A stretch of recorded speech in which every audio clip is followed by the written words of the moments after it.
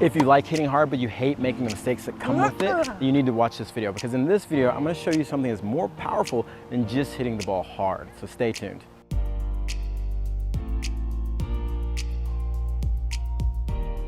Like I said, in this video I'm going to show you something that's more powerful than hitting the ball hard. Hopefully you've been keeping up with this series talking about effortless power and when to use it. And we've talked so much about how to produce power, but one catch of producing more power is you tend to make more mistakes.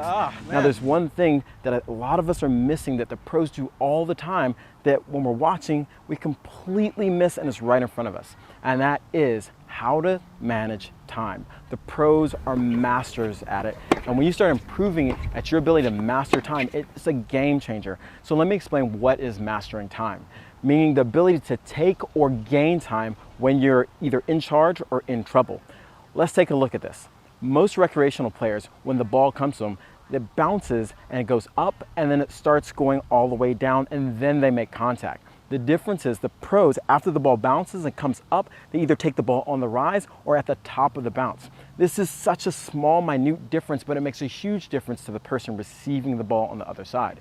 Just like when the pros are in trouble, they create or gain time. They either hit the ball a little higher so it takes more time to travel and they can recover back in position, or they hit a slice that's slower and it gives them equal amount of time to get back in position.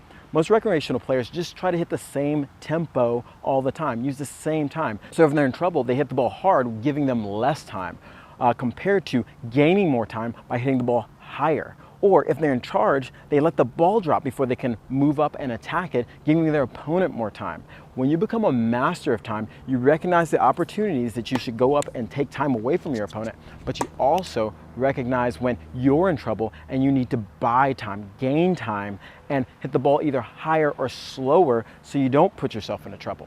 In this video today, we're going to talk about one of these two elements, which is how to take time away from your opponent. When you have those opportunities, moving up into the court, taking the ball early and hurting your opponent without having to hit it harder.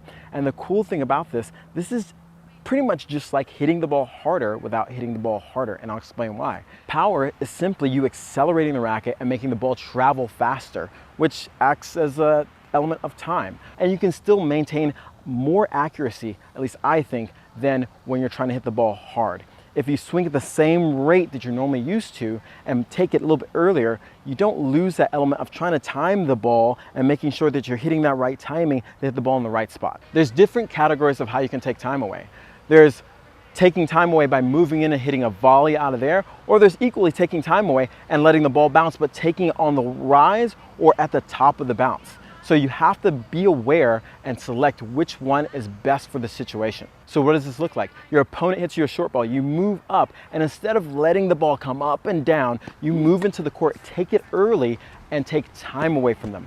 The beautiful thing about this is because they're already in trouble, you're just gonna multiply the amount of trouble they're in without having to take more risk by hitting the ball harder. Yes, there are times that you can hit the ball harder, but make sure you understand that hitting the ball harder is disrupting the time, and you wanna aim for big targets. So if you don't know that, make sure you check out our last video where we talked about when you should be hitting the ball hard. This is huge, so you're not making this mistake.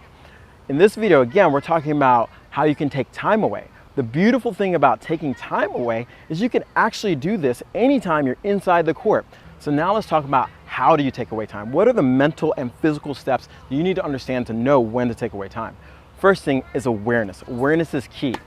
Reason I mean awareness is when your opponent hits the ball, you need to start being more aware of what type of ball you're going to receive. Now, do I mean like the moment they hit the ball, you're supposed to be aware? No. Deep. After they hit the ball, you should start to pick up on what type of ball you're going to receive before it comes on your side of the net.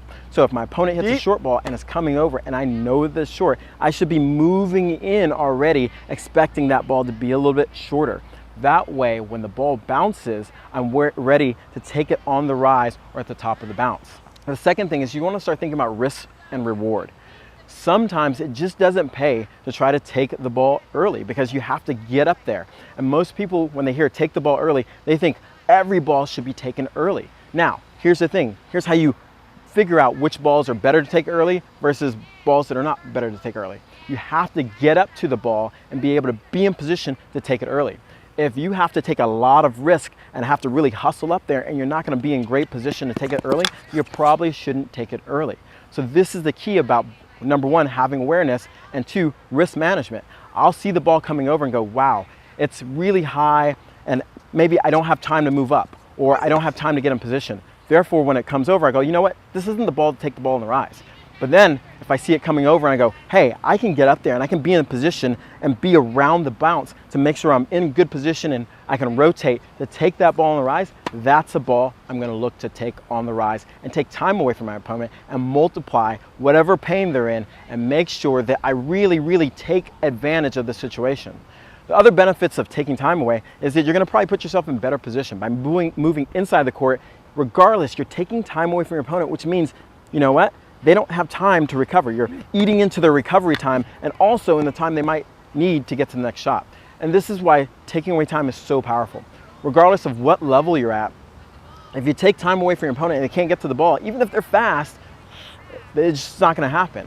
And this leads me to number three, the different ways you can take time away. You can take the ball out of the air. This is a great way of taking time away from your opponent. And you can combo this by either using it after your serve or with a ground stroke, meaning I can serve and volley, boom, and take time away.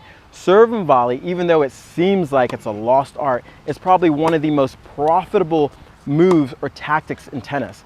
I was just reading a stat from Craig O'Shaughnessy, who was talking about how no matter with today's game, how serve and volley has died down and people aren't using it, the effectiveness of it has always stayed high. It's always above 50%. And so don't let it fool you when people are like, serve and volley doesn't work. It works. It's a pain in the butt to deal with someone that the moment you hit the return, they're coming in and boom, taking time away. Or you constantly feel this pressure of like, oh, I have to come up with a shot. That's why it's so effective. Another way is to hit a ground stroke, and as your opponent's running and you see they're in trouble, moving forward, and then as they lift the ball up, if they're trying to gain time, taking more time away from them. Again, the reason they're lifting the ball up is they're trying to gain time to get back in position, and when you see that, you want to take that time away. Most players, when their opponent moves out and they're trying to gain time, they let them gain time and you let them back in the point. So many times I've seen players where I'm like, go, get in there, and they're like, and I've done it myself, where I've hit a great shot and you see they're in trouble and I don't move forward enough and you feel that sensation of like, oh, I just let them off the hook, and you don't want that. So make sure you check us out next week when we talk about gaining time, the tools and the skills you need to understand to make sure you can learn how to gain time as well as take time away. So now let's talk about action steps you can take. A couple drills you can do to really work on taking time away.